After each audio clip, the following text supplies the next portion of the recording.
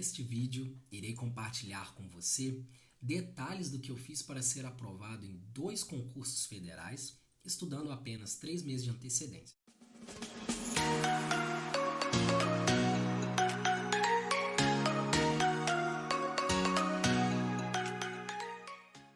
Oi, meu nome é Davi Antônio e eu fui aprovado em 2º lugar no concurso do Cefet-RJ 2024 para o cargo de assistente em administração e em 3º lugar para o mesmo cargo no concurso da UFOP 2024. Eu nunca fui de debater temas polêmicos durante o colégio, mas se tem uma coisa que eu tenho convicção é que não existe genialidade maior que o esforço e a constância. Você que está me ouvindo nesse momento pode estar em uma situação pior ou até melhor que a minha. Independente de quem você seja, onde esteja, você é capaz de escolher onde você vai estar daqui a 1 ou 2 anos.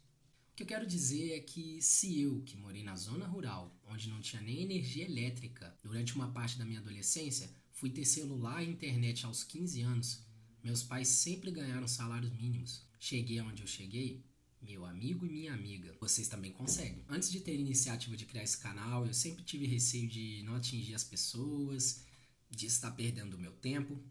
Depois de refletir um pouco e fazer a minha matriz SWOT, brincadeirinhas à parte, para quem ainda não estudou teoria da administração, matriz SWOT ou FOFA em português é um esquema que as empresas ou as pessoas fazem para determinar suas forças, oportunidades, fraquezas e ameaças. Percebi que meu maior diferencial é que eu sou um improvável. Enquanto eu vi colegas da escola abandonando os estudos e indo trabalhar na roça ou em subempregos, muitos para sustentar os seus filhos, por uma boa orientação dos meus familiares, continuei estudando, mesmo sem saber o porquê daquilo. Quando eu fui para o 6º ano do colégio, precisei vir para a cidadezinha mais próxima, pois na fazenda onde eu morava só tinha o ensino até a 4ª série. Nessa época, eu me lembro de meus pais acordando meu irmão e eu de madrugada para pegarmos a van para irmos para a escola, à luz de velas, pois não tinha energia elétrica. Na nova escola, a gente que era da roça tinha dificuldades para se enturmar e era muito difícil nos destacarmos. Só quem é da zona rural sabe o que é isso que eu estou falando. Após alguns anos fiz bons amigos e acabei desenvolvendo facilidades com a matemática, o que me rendeu a atenção da diretora da escola e dos professores. Depois de algumas Olimpíadas de Matemática e Física, comecei a ter mais confiança e fui conquistando o respeito dos colegas e a admiração das pessoas ao meu redor. Em 2016, fui aprovado em 7º lugar para fazer o ensino médio no Cefet da minha cidade, o Campus Valença. Assim como vocês, eu que morava na cidade sabia que existia um Cefet em Valença. E para falar a verdade, eu não sabia nem o que era uma escola federal ainda. Quando cheguei lá, percebi o abismo existente entre as escolas privadas, escolas federais e as escolas públicas do estado e do município.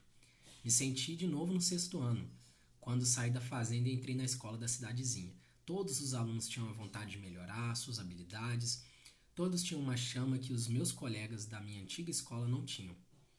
Logo me senti em um ambiente competitivo, onde os melhores da turma se destacavam, e isso me motivou a ser melhor. Por isso comecei a estudar. Antes, na escola estadual, eu dava uma lida antes da prova na matéria e era sucesso. Nessa época, eu ainda não tinha muita noção do que era o mercado de trabalho, nem sabia o que era um concurso público. Então, eu estudava só matemática e física, que era o que eu gostava e o que eu sabia que teria destaque se conseguisse boas notas. Minha vida de concurseiro começa quando, aos 18 anos, com poucos meses para o Enem, resolvo estudar por conta própria, vendo vídeos no YouTube e resolvendo muitas questões anteriores. Enquanto os meus colegas mais afortunados faziam um cursinho da minha cidade que custava muito para os meus pais pagarem, eu seguia estudando por conta. Resultado, consegui aprovar em 1º lugar para engenharia elétrica em uma das melhores universidades do Brasil, a 2ª melhor de Minas Gerais, a UFJF. Me mudei para Juiz de Fora, uma cidade grande, me sentia deslocado e meio perdido no começo, admito. Depois de alguns meses, fui me adaptando, mas realmente as aulas de cálculo com professores russos e aulas de física com professores que se vangloriavam de reprovarem mais alunos foram intensas. Após 5 anos de árduos estudos e privações, Só quem é da engenharia elétrica sabe do que eu estou falando. Fortes vontades de largar tudo e voltar para a fazenda, me formei em 2023, com média 89, sendo que a média do pessoal lá era 60. Fiz o processo seletivo para continuar os estudos com o mestrado. Fui aprovado em primeiro lugar no programa de mestrado de engenharia elétrica da UFJF. Mas, por questões financeiras, não pude seguir meus estudos, já que, mesmo em primeiro lugar, não haveria bolsa de estudos e meus pais não conseguiriam me manter em Juiz de Fora sem essa bolsa. Fiquei muito chateado e alguns amigos até me chamaram de doido por desperdiçar essa grande chance de crescimento profissional que o mestrado me daria. Mas são poucos os alunos de engenharia da Federal que entendiam minha situação financeira, afinal a maioria deles era filho de engenheiro, médico ou de algum empresário bem-sucedido.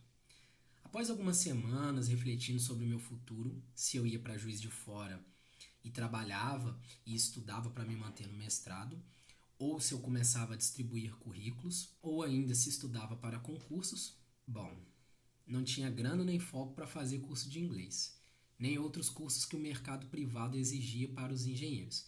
Tá aí uma boa dica para você. Se você pensa em ir para o mercado privado, já se inscreve em um curso ou começa a conversar com outras pessoas em inglês. Isso vai alavancar suas chances de conseguir algo. Claro, né? Quando o filho do dono da empresa não estiver desempregado. Porque se ele tiver, meu amigo, aí você não vai ter chance nem com o curso de inglês, tá? Então, resolvi abrir os olhos para os concursos públicos. Comecei a minha jornada em fevereiro deste ano, 2024, com vista a um edital para o assistente em administração para o CRES-MG, dado que o concurso público na minha área, engenharia elétrica, é bastante escasso. A prova era em março, do CRES. Isso mesmo, o essencial para todo concurseiro iniciante é ser corajoso. Eu não tinha noção de nada, nem das bancas, nem de que levava mais tempo do que um mês para fechar editais. Mas eu fui na fé, estudei como se não houvesse outra opção para a minha vida. De fato, minhas opções eram trabalhar no mercado aqui da minha cidade ou no laticínio, onde meu pai trabalhava. A banca desse concurso era a Quadrix, e eu cometi o erro de iniciante de negligenciar a matemática e raciocínio lógico, por achar que por ter nível superior e ser um engenheiro, teria que lidar apenas com o português e com a redação. Conclusão, acertei mais português do que matemática e fui melhor na redação do que em RLM. Então já vai uma boa dica. Se você é bom em alguma área por conta de sua formação ou porque você tem facilidade com a matéria, é aí que você precisa dar mais atenção a essa matéria, porque com pouco tempo de estudo seus concorrentes podem tirar notas mais altas que a sua nessa matéria, né? Se eles se dedicarem. Então, uma regra que criei para mim foi: tenho que fechar matemática, independente da banca ou prova, pois é a minha vantagem. É o que vai me destacar dos outros. Acabou que por conta da redação eu subi a minha posição e fiquei em quarto lugar nesse concurso. Antes de sair o resultado final desse concurso, fiquei sabendo do concurso da UFOP, com 16 vagas para assistente de administração. Não conhecia o cargo ainda, mas com pós-graduação o salário começava a ficar legal, por conta do incentivo à qualificação das federais. Era o começo de março e a prova era em 7 de abril, então eu tinha mais um mês para estudar e aprender com os meus erros na prova do CRES-MG. Quem é próximo de mim sabe, eu tenho uma particularidade que é ao mesmo tempo bênção e maldição, que é, quando cismo com uma coisa, eu não consigo seguir a vida normalmente até conquistá-la. Então, depois de me sentir mal pelo resultado da última prova, fiz uma mudança radical na forma como eu estudava. Eu acordava 8 da manhã antes, passei a acordar 6 horas da manhã. Parava com os estudos às 18 horas para fazer atividades físicas. Agora, nesse mês, decidi abrir mão até dessa pausa. Hoje percebo que talvez isso tenha sido uma ideia ruim, mas na época eu não queria perder nem 10 minutos de estudo. Não preciso nem falar que não usava rede social nesse momento, né? Para falar a verdade, eu não usava antes do concurso e nem pretendo usar depois. Uso apenas o WhatsApp para me comunicar com familiares e amigos e YouTube para ter ideias e agora com o canal ajudar as pessoas que escolheram mudar de vida. Nas 3 primeiras semanas estudei para bater o edital, principalmente português e informática, pois matemática eu fazia apenas questões anteriores da banca Fundep. Essa prova da UFOP é bem diferente, Vou te explicar o porquê. São 20 questões de português, 20 questões de matemática, com pesos de 1,75, que totalizam juntos 70% da prova. 10 questões de informática com peso 2, que totaliza 20%, e 10% de legislação, com peso 1, distribuídos em 10 questões. Quando eu vi esse edital, eu sabia que essa prova seria para mim. Aqui vai mais uma dica para vocês. Antes mesmo de escolher a área ou qual prova você deseja fazer, é fundamental que você conheça suas forças e fraquezas. Só assim você vai explorar suas oportunidades. Pensem bem, quem vocês acham que teria uma vantagem numa prova dessas? Uma pessoa formada em direito? Um concurseiro que já havia estudado 1 milhão de vezes a legislação de concursos federais que sempre se repetem nos editais? Uma pessoa com formação em humanidades, até mesmo professores de português? Ou um cara de exatas? A galera de humanas, direito e concurseiros antigos não teriam chance, pois mesmo que fechassem português e leis, fariam 45% da prova. Ainda faltaria 55% para brigar em informática, que é uma caixinha de surpresas, e matemática, que é uma matéria que, dependendo das questões, é muito mais difícil e demorado de se aprender do que o português. Por isso os engenheiros pegam a maior parte das vagas em concursos públicos. A gente é muito forte em exatas. Português e leis dá para aprender em pouco tempo de estudo. E a informática é decoreba para todo mundo, então tem um fator de sorte envolvido. Por isso, eu fui fazer uma prova em uma cidade a 5 horas de distância da minha, pois sabia que essa prova estaria para mim. Fiz uma coisa um tanto quanto polêmica, que foi negligenciar as leis. Tinha 8 leis grandes para ler em um mês. Pensei, ok, mesmo que eu me dedique integralmente em decorar 8 leis gigantescas, todos os prazos e estruturas, eu, na melhor das hipóteses, consigo 10% da prova. Pensando assim, rapidamente eu bolei uma estratégia matadora. Vou deixar para ler as leis que mais caem na semana da prova. Se eu não zerar, eu garanto as outras matérias e minha nota fica próxima de 90%. Talvez fosse excesso de confiança achar que eu fecharia português e informática, mas a matemática eu estava tranquilo. Depois de aprender da pior forma, a ser humilde, a fazer muitas questões, eu estava pronto. Aqui vai mais uma dica para quem estuda no pós-edital. Tentem diminuir o ritmo na última semana para não ficarem loucos. A minha última semana de estudos foi doideira. Não consegui dormir nenhum dia direito e isso me deixou muito indisposto para manter o ritmo que eu vinha mantendo. Vai chegando perto da prova e a gente começa a surtar, é normal. O que aconselho você a fazer é começar a pensar lá na frente. Se imagine já algumas semanas após a prova, como a sua vida continua, quais as áreas de sua vida precisam de atenção que você negligenciou na sua preparação. Admito que não consegui ser multitarefa e acabei negligenciando tudo que não era concurso. Minha namorada me apoiou, mas eu sei que ela sentiu minha falta durante esse tempo. Minha família, meus amigos, também tive que recusar alguns aniversários, alguns rolês de final de semana, as sextadas, e isso vai te tornando um cara menos provável de ser chamado para sair nas próximas vezes. Aqui vai um conselho. Amigo de verdade não vai te esquecer só porque você ficou offline durante alguns meses ou anos. Aqueles amigos que só lembram de você na hora da curtição e não estão contigo nos momentos difíceis, esses provavelmente vão achar outras pessoas para te substituírem. Mas fique tranquilo, esse é um processo natural que todo mundo que muda de vida passa. As pessoas que te veem como objeto, que só te usam e não ligam para os seus sentimentos, essas geralmente tentam te controlar para você sempre ser pior que elas, para se sentirem melhores. Elas se afastam de você naturalmente quando você começa a se dar atenção, seja estudando para mudar de vida, mudando seus hábitos ruins por hábitos mais saudáveis, deixando de frequentar ambientes que te fazem mal energeticamente, físicos ou virtuais, né? Redes sociais. Nessa última semana, por conta de tudo que falei, tentei sair para caminhar, pegar sol, fazer algumas atividades físicas e ter contato com pessoas, pois estava ficando doido.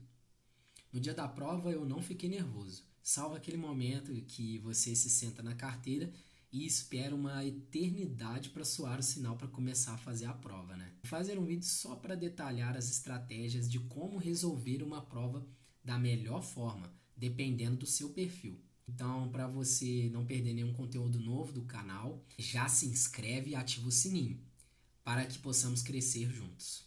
No meu caso, que sou um engenheiro, comecei pela matemática, para dar aquela animada, né? Resolvi as 20 questões em menos de uma hora. Foi então que começou a me dar uma sensação de euforia, de que minha hora tinha chegado. Pedi para sair e ir ao banheiro, comi um chocolate e lavei o meu rosto. Quando eu lavei o rosto, eu me olhei no espelho e dei um sorriso e disse para mim mesmo: "Você é o cara. Eu duvido que tenha alguém nessa sala que tenha estudado mais do que você." Temos mais de 3 horas ainda para fazer, quase metade da prova. Bora para cima! Com essa tática, voltei para a prova confiante e fiz praticamente todas as questões de português sem ler os textos. Se quiserem saber como eu fiz isso e dicas de como resolver provas de português, vou gravar um vídeo sobre o assunto. Fui para as questões de informática e me deparei com uma prova relativamente tranquila, mas com algumas pegadinhas. Pensei, se eu não tivesse estudado tanto, teria caído nessa pegadinha dessa questão. Finalmente fui para as questões de leis. Dei uma lida por cima e achei as questões que iria me garantir não ser eliminado. Já fiz elas e fiquei mais tranquilo. Após resolver 5 questões que eu tinha certeza de leis, deixei as outras 5 para pensar com mais calma. Comi mais um chocolate. E aí fui garimpando.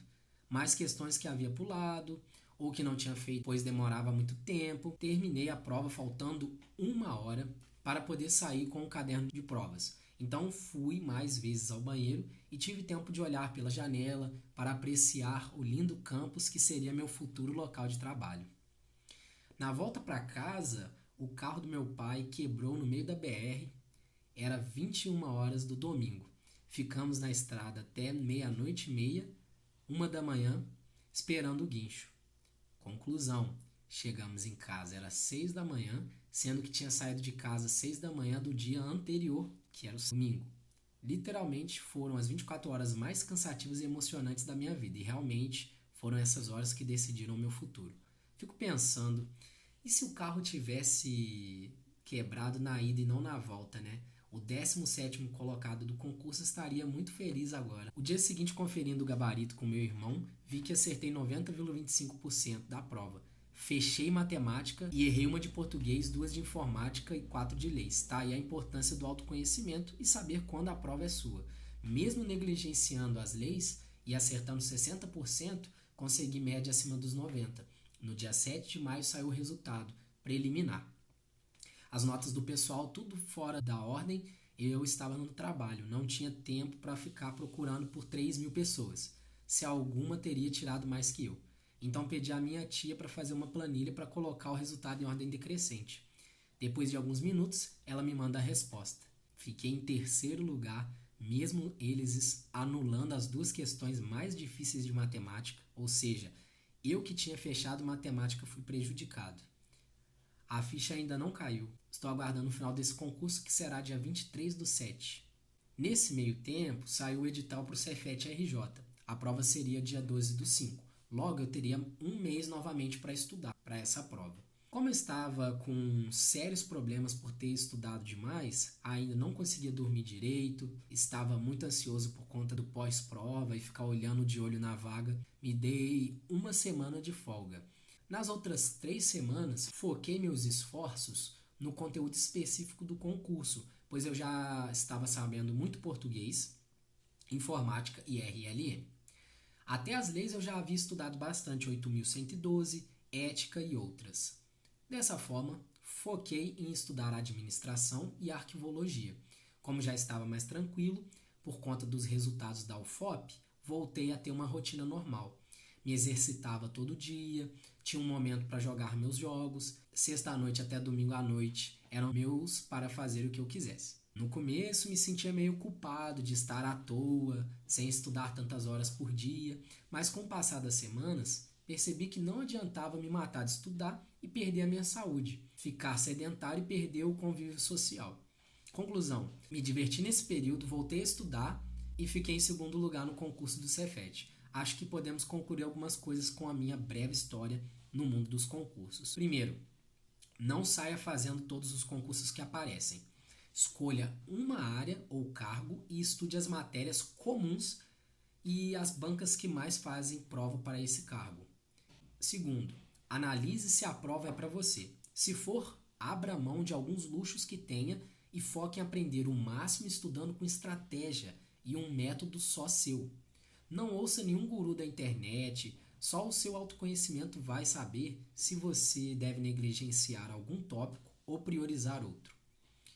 Terceiro, a matéria que você tem mais facilidade é a que você tem a obrigação de ir melhor do que os outros, para sobrar margem de você errar nas outras matérias que você não é tão bom. Ou seja, monitore seu aprendizado até que a sua margem de acertos na matéria que você é bom esteja pelo menos em 90%. Quarto, tenha foco e motivação superior à vontade de desistir. Insista naquilo que está alinhado com seus sonhos. Não se compare com os outros. Me lembro que meu irmão e eu sempre repetimos um mantra. Um perguntava: qual o candidato por vaga do concurso? O outro respondia: faz acima de 90 e esquece. Claro que não é tão simples fazer acima de 90, nem que isso seja parâmetro para garantir uma vaga em qualquer concurso público atualmente. A ideia genuína desse pensamento é que, no fundo, o seu único parâmetro deve ser você mesmo. Acompanhe a sua evolução diária e não a dos outros. Quando você deixar de errar as bobeiras que errava por falta de atenção ou por não ter tido contato com o conteúdo, estará muito acima da média. Já aí você vai precisar subir seus acertos nas questões mais elaboradas. Quinto, por fim, a pessoa mais importante na sua vida é você, certo? Então não desperdice seu tempo com coisas que não te agregam valor. Tenha confiança em si mesmo. Não dependa dos outros para tomar iniciativa, para mudar a sua vida. Não precise se afastar das pessoas que não têm um objetivo de vida. Lembre-se, elas mesmas irão se afastar de você, da sua melhor versão. Não tente ajudá-las, pois só elas podem mudar a vida delas. Você não vai conseguir mudar ninguém, que não seja você mesmo. Ao mudar de vida, as pessoas ao redor irão notá-lo. Algumas que estarão em um estágio inferior poderão sentir inveja ou frequências mais baixas por não aceitarem a sua evolução. Essas, deixe que o tempo vai cuidar de fazê-las evoluir. Ou não, elas sempre terão livre-arbítrio. Outras irão se encantar com seus resultados e irão te seguir, buscando mais informações e dicas para chegar aonde você chegou. Essas são as pessoas boas que genuinamente merecem ser ajudadas. Então, se você gostou desse conteúdo e se te ajudou ou pode ajudar alguém que você conhece, peço que curta e compartilhe para que possamos aumentar nossa comunidade e juntos melhorar de alguma forma o mundo à nossa volta. Caso tenha alguma dúvida ou queira sugerir algum conteúdo, sinta-se incentivado a escrever nos comentários. Estarei ansioso para respondê-lo. Saiba que não está sozinho nessa caminhada. Por fim, se inscreva no canal, porque vocês sabem que não é fácil começar no YouTube. A concorrência é maior do que nos concursos. Então, uma forma de estreitarmos nosso contato é você clicar no botão de se inscrever e ativar as notificações. Um forte abraço e até o próximo vídeo.